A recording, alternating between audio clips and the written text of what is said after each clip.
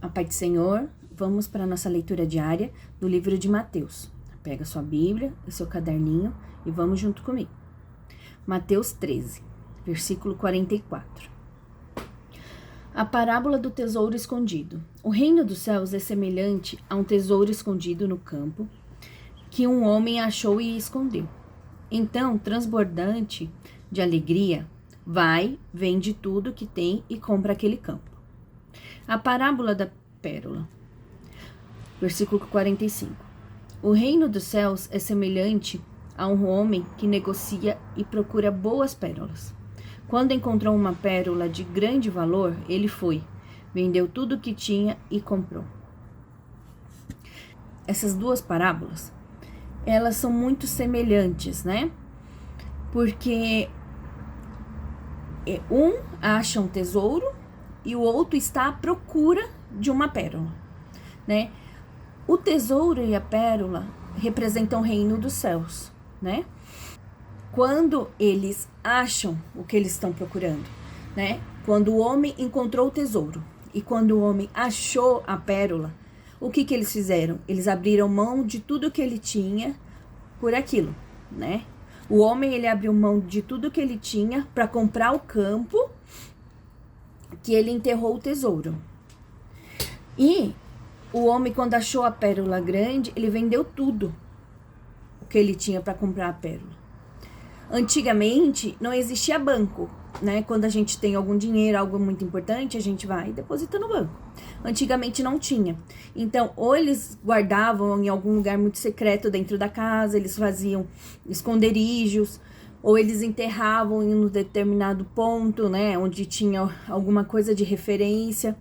Então, esse homem, ele encontrou esse tesouro e enterrou no campo. Aquele campo não era dele. Porém, aquele campo começou a valer muito por causa do tesouro.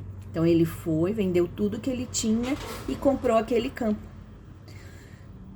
A pérola é a mesma coisa. O homem ficou procurando. Assim somos nós, né? Quando nós não temos Jesus, quando nós não conhecemos.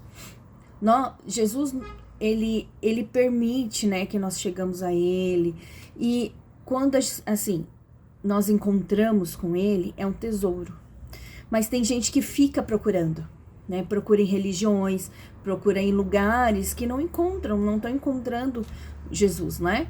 Não estão encontrando a salvação, porque nosso espírito veio do Senhor, né? Veio dos céus.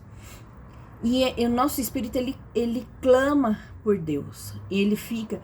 Então, a nossa alma, ela porque é corpo, alma e espírito. A nossa alma é os nossos sentimentos, né? E os nossos sentimentos, quando nosso espírito, nossa vida espiritual está ok, a nossa alma está ok. Assim, não quer dizer que tem pessoas que buscam a Deus, tem problemas, alguns tipos de problemas, mas estão ali debaixo, né? Deus está guardando, está protegendo, está ajudando ali, às vezes na angústia, na aflição que pode acontecer, né? Mas nós temos o Senhor cuidando de tudo isso. Mas o nosso espírito, ele fica sedento de Deus. Então, a nossa alma, que sente o nosso espírito, ela meio que fica perdida, ela fica buscando a Deus em vários lugares, né? Busca em pessoas, busca no trabalho, tem pessoas que buscam em outras religiões. Então, é assim. Então, quando nós achamos o reino dos céus, quando nós encontramos Jesus e é nos apresentado o caminho, a verdade e a vida, quando é apresentado a palavra do Senhor, quando a semente é plantada no nosso coração e nós deixamos ela germinar, ela frutificar, então, para nós abrimos mão de tudo. E foi o que esses homens fizeram. Eles abriram mão de tudo pelos tesouros encontrados, pelo reino dos céus. Por isso que a semente, ela precisa entrar no nosso coração e fazer a transformação. Porque a gente consegue abrir mão de muita coisa que não agrada ao Senhor. Muita coisa que às vezes está a mais na nossa vida e não tem necessidade, né? Então, a gente vai abrindo mão de costumes, mão de tradições, mão de coisas que vêm trazer aprisionamento, né, espiritual para nós. Então, Quando esses homens acham os tesouros, né? O seu tesouro, a pérola, eles abrem mão de tudo que eles têm pelo novo, pelo tesouro. E assim é a nossa vida. Quando nós encontramos Jesus, nós abrimos mão de tudo por Ele. A parábola da rede, versículo 47. O reino dos céus é ainda semelhante a uma rede que foi lançada ao mar e apanhou peixes de toda a espécie. E quando já estava cheia, os pescadores a arrastaram para a praia e, assentando-os, escolheram os bons para os cestos e jogaram fora os ruins. Assim será o fim dos tempos. Os anjos sairão, separarão os maus dentre os justos e os lançarão na fornalha acesa. Ali haverá choro e ranger de dentes. Essa parábola da rede, ela é muito semelhante à parábola do trigo e do joio, né? E ela fala, e ela vem trazendo pra gente exatamente isso, sobre o julgamento final, né? Ela traz a separação entre o justo e o ímpio, né? Entre o justo, entre os peixes bons, a boa terra, quem aceita a semente entrar e tem ali a transformação, e o trigo, né? Então, tem essa separação entre o ímpio. Quem que é o ímpio? Né? Os peixes impuros. Como que eram peixes impuros? Sem barbatanas, machucados, sem escamas. Que pode acontecer? Eles são considerados peixes impuros. Esses são os ímpios, tá? Aqueles que não queriam receber a semente, né? São os impuros. O joio é o impuro. São as pessoas que trazem separação dentro da igreja, pessoas que falam, né, um contra o outro. Lembra de Provérbios 6,16? É muito importante vocês gravarem esse provérbio. Exatamente para vocês não agirem igual, para vocês agirem com amor. Provérbios 6,16 e Gálatas 5,22.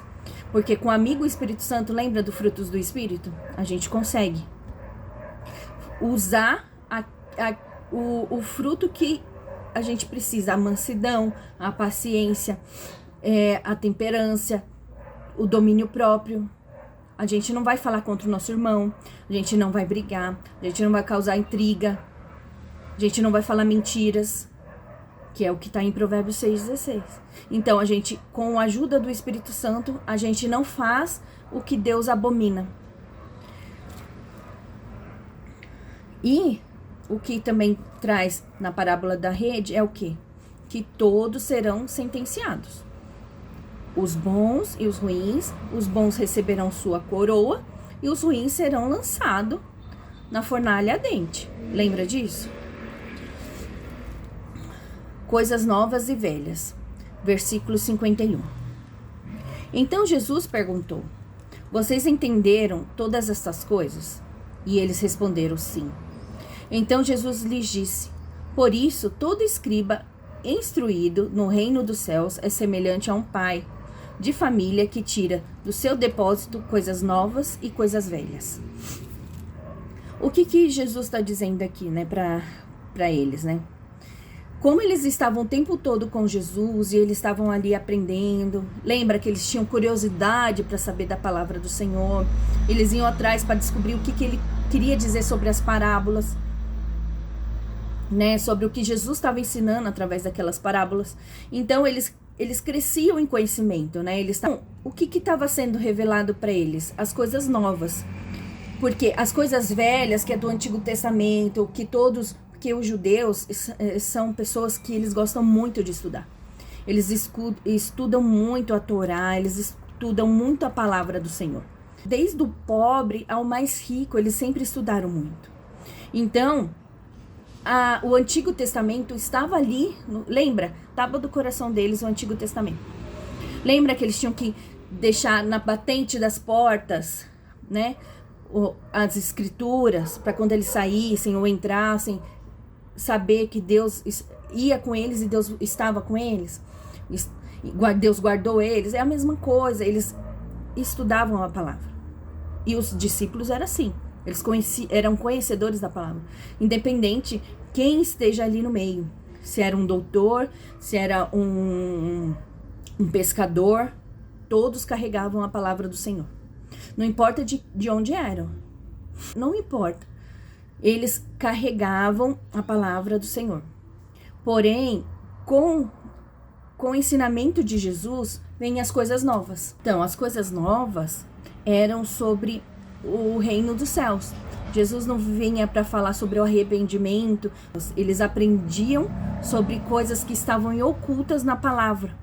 Então, Jesus vinha trazer à tona como eles estavam aplicando a palavra errada, ele estava ensinando a forma certa. E fora isso, Jesus ainda estava trazendo a palavra de salvação, né?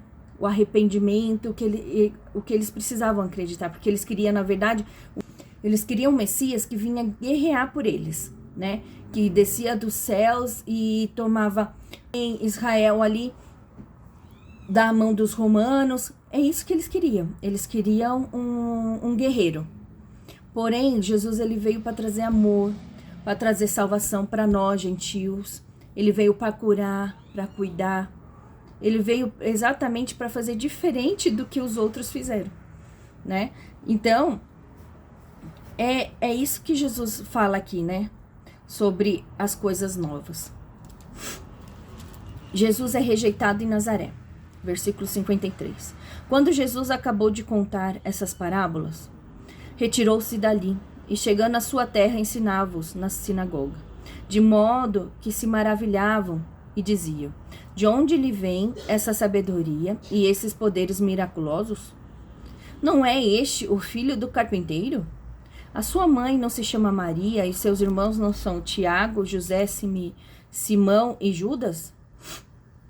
Todas as suas irmãs não vivem entre nós? Então, de onde vem tudo isso? Escandalizavam-se por causa dele. Jesus, porém, lhes disse: nenhum profeta é desprezado, a não ser na sua terra e na sua casa. E não fez ali muitos milagres por causa da incredulidade deles. Jesus pode nos usar. E pode ter rejeição dentro da nossa casa, dentro de amigos, familiares, parentes. Pode acontecer, como aconteceu com Jesus, que ele fala, né? Nenhum profeta é desprezado, a não ser na sua terra. Então ele está falando que quem te conhece, quem te vê, que poderia, né, falar sobre você, te justificar, faz o contrário. Mas isso está nas escrituras. Então a gente precisa entregar isso nas mãos do Senhor e prosseguir, porque Jesus passou por isso. E olha, ele nem pôde fazer muitos milagres. Ele fez alguns, que foi quando eles começaram a desconfiar, começaram, né, a falar: não é o filho de José, o carpinteiro? Mostrando realmente, né, que eles tinham uma profissão, que eles tinham, né, quem era a família deles. Então mostra exatamente isso. Só que o que eles perdem com isso? Jesus não pode trazer a palavra de salvação. Jesus não pode trazer, né, a palavra sobre o reino dos céus, porque eles começam a desconfiar.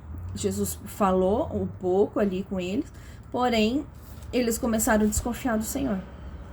E ele não pôde exercer seu ministério de forma, talvez, que ele queria. Talvez ele queria que todos ali que ele amasse, que ele cresceu, que ele viu a situação, que ele conhecia um por um, tivesse a transformação. Mas eles rejeitaram, eles viraram as costas. Lembra que eu falei no vídeo passado que nem todos serão salvos? Jesus em pessoa foi lá levar a palavra. E conosco vai ser a mesma coisa. Às vezes a gente vai levar para alguém que a gente ama muito, que a gente gosta muito, que a gente quer ver ali que o Senhor salve, que Deus liberte dos vícios, mas infelizmente a pessoa não vai querer. Mas é assim no reino dos céus. Mas nós temos que fazer a nossa parte. Lembra que no começo de Mateus, Deus dá a ordem para que eles saiam, aí José vai para o Egito, aí quando Deus fala, agora pode voltar, porque Herodes morreu, aí ele volta e vai morar em Nazaré. Então Jesus cresce em Nazaré. Então aquela região conhecia bem Jesus, a família dele, só que a gente não tem isso nas escrituras, a gente não tem isso registrado. Porém, o que o Senhor traz aqui pra gente? Que as pessoas, isso pode acontecer comigo e com você. As pessoas que nos conhecem não vão dar crédito do que a gente faz, o que a gente fala, como Deus usa. Buscar, ter intimidade com o Senhor e levar a palavra. Amém? Deus abençoe a todos.